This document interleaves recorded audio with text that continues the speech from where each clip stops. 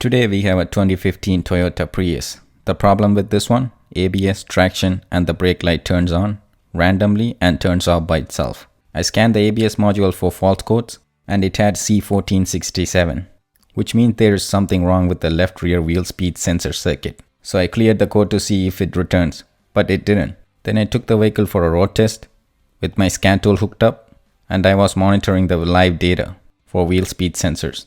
As I was cruising, I noticed the left rear wheel speed data flattened out, so I took the vehicle back to the shop and I did some more testing.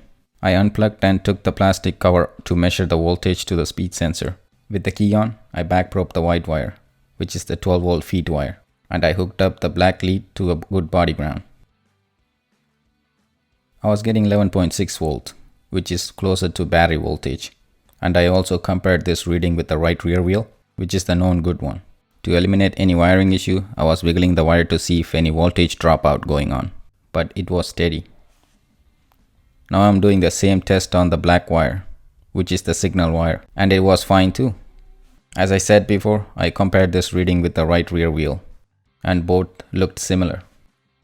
To be honest with you guys, I'm not a scope expert, but I'm still figuring it out. With the Modis edge hooked up to the black signal wire, I was able to duplicate the graph I found on the service info. As you guys can see, it was switching between 0.6 to 1.4 volts. And again, I compared it to the right wheel. Everything checked out okay, and I couldn't duplicate the fault again. Remember, it was an intermittent problem. At the end, most likely with these symptoms we have a bad wheel speed sensor. But the sad part is, the speed sensor is located inside the wheel bearing. At the end I called for a wheel bearing. After removing all the brake components, then I noticed something.